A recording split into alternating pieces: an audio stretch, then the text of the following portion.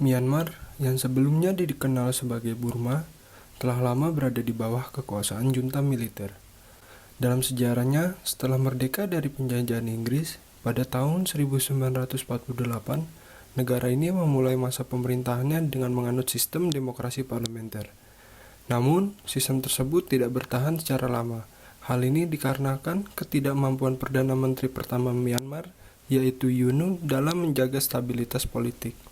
Hal ini dapat dilihat bagaimana pemberontakan demi pemberontakan telah bermunculan dari kelompok-kelompok etnis seperti etnis Karen, Shan, Guomin, yang mana tentunya hal ini dapat mengancam keamanan nasional. Respon terhadap dinamika politik saat itu, militer melakukan intervensi. Pada tahun 1962, Jenderal Ngo Win memimpin kudeta militer dan mengambil alih kekuasaan selama 26 tahun. Dalam masa kepemimpinannya, ia menggantikan sistem multipartai dengan sistem satu partai di bawah naungan Burma Socialist Programme Party atau BSPP.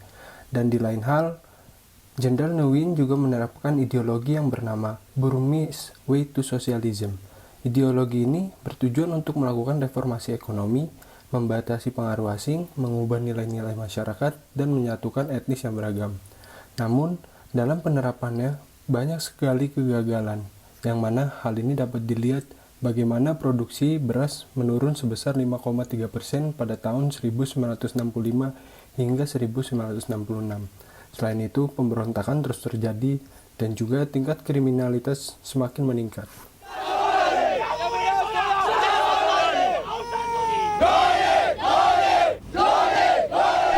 Kegagalan pemerintahan Jenderal Ngo Win memicu perlawanan masyarakat, terutama dari kalangan mahasiswa yang mana menuntut reformasi pemerintahan yang lebih demokratis. Alhasil, mereka melakukan aksi perlawanan melalui demonstrasi besar yang terjadi pada tanggal 8 Agustus 1988, yang dapat dikenal sebagai Perlawanan 8888. Pemerintah merespon perlawanan tersebut dengan secara represif. Akibatnya, sekitar 5.000 orang dilaporkan tewas, menjadikan salah satu tragedi paling brutal dalam sejarah Myanmar. Tekanan publik yang dihasilkan oleh perlawanan pada saat itu menyebabkan Jenderal Ngo Win mengundurkan diri. Dan untuk sementara, pemerintahan dipimpin oleh tokoh sipil yang bernama Dr. Maung Maung. Pada saat itu, ia bertugas untuk mempersiapkan pemilu dan memulihkan demokrasi parlementer. Namun, dalam prosesnya, ia gagal menghentikan kerusuhan yang ada.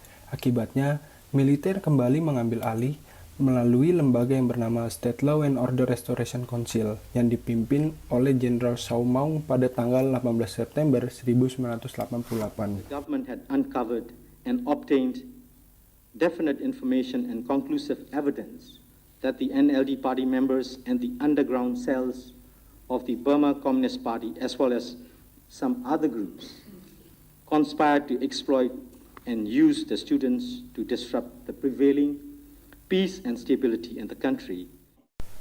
Di bawah Jenderal Saw Maung, meski keras, namun di lain sisi, masa ini menandai kebangkitan gerakan pro-demokrasi. Banyak partai-partai baru bermunculan, salah satunya National League for Democracy atau NLD yang dipimpin oleh Aung San Suu Kyi. Dukungan rakyat terhadap NLD sangat besar, namun kebebasan tetap terbatas. Selok memberlakukan undang-undang darurat yang mengekang aktivitas politik. Akibatnya ribuan orang ditangkap hanya karena menyuarakan kritik atau ikut demonstrasi. Pada tahun 1990, pemilu diselenggarakan. Hasilnya NLD menang telak, namun Dewan Pemerintahan baru pada saat itu menolak sekaligus tidak mengakui hasil tersebut. Alhasil, mereka tetap berkuasa dengan alasan untuk menyelamatkan negara dan menuding pemerintahan sipil belum siap. Hasil pemilu yang diselenggarakan pada tahun 1990 ini dapat diartikan sebagai ancaman bagi kelompok militer untuk tetap berkuasa di pemerintahan Myanmar.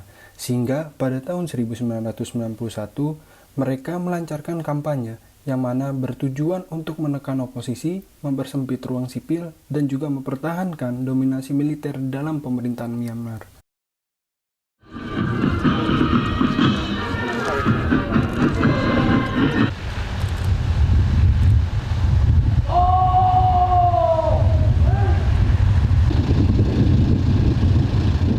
Tahun demi tahun, State Law Order Restoration Council kemudian dibubarkan dan digantikan oleh State Peace and Development Council atau SPDC.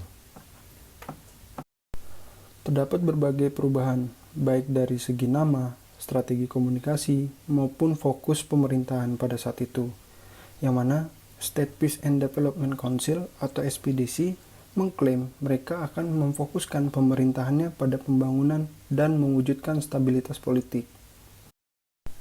Namun sejatinya tidak ada perubahan berarti. Militer tetap memegang kendali penuh, proses demokratisasi di Myanmar terbilang sangat lambat, bahkan stagnan. Sehingga sejarah junta militer di Myanmar bukan hanya sekedar rangkaian kudeta saja, melainkan cerminan dari konflik lama, ketimpangan kekuasaan, dan pergulatan antara otoritarianisme dan demokrasi. Dan bahkan hingga sampai hari ini, bayang-bayang kekuasaan militer masih membelenggu masa depan pemerintahan Myanmar. Bertahannya junta militer di Myanmar. Junta militer di Myanmar ini tidak hanya muncul, tetapi juga bertahan sampai bertahun-tahun, bahkan puluhan tahun. Mengapa demikian? Salah satu alasannya terletak pada kekuatan militer yang terus berkembang. Sejak akhir tahun 1980-an, jumlah personel militer terus meningkat secara drastis. Pada tahun 1988, angkanya masih sekitar 225.000. Namun, 10 tahun kemudian, tahun 1998, jumlahnya melonjak menjadi 450.000 personel. Dan pada tahun 2001, angka itu kembali naik menjadi 550.000, yakni terdiri dari 470.667 laki-laki dan 479.691.000 perempuan. Militer ini tidak tumbuh begitu saja. Pemerintah mengucurkan dana anggaran yang besar, yakni sekitar $39 per orang atau 2,1% dari produk nasional bruto. Masyarakat beranggapan bahwa menjadi anggota militer ini lebih menjanjikan dibandingkan menjadi warga sipil biasa. Mereka berpikiran kehidupan prajurit lebih sejahtera, akses ke perumahannya gampang, akses pendidikannya gampang, dan makanannya terjamin. Namun, tidak hanya itu, pemerintah militer membatasi peran masyarakat sipil di berbagai sektor. Contohnya di bidang pendidikan, budaya, dan terutama komunikasi. Jadi, akses warga terhadap informasi ditekan habis-habisan. Contohnya, pada tahun 2001, hanya tersedia 11 saluran telepon untuk setiap 2.000 orang di sana. Telepon nirkabel juga sangat mahal dan sangat langka pada tahun itu. Tak hanya dari sisi fisik dan ekonomi, militer juga memperkuat posisinya secara politis. But it's what happens inside that matters. And inside, no apology is made for the continuing military influence on the new civilian government sworn in last March. Pada 9 Januari tahun 1993, pemerintah mengadakan sebuah acara besar bernama Konvensi Nasional. Tujuannya itu untuk menyusun dasar hukum baru bagi Myanmar.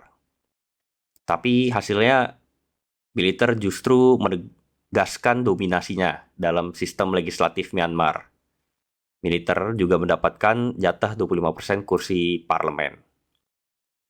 110 dari 440 kursi di majelis rendah dan 56 dari 224 di kursi majelis tinggi. Dengan kekuatan senjata, kontrol informasi, dominasi politik, dan kesejahteraan ekonomi yang dijaga, militer Myanmar bukan hanya mempertahankan kekuasaannya. Mereka membangun sistem yang membuat kekuasaan itu tampak wajar.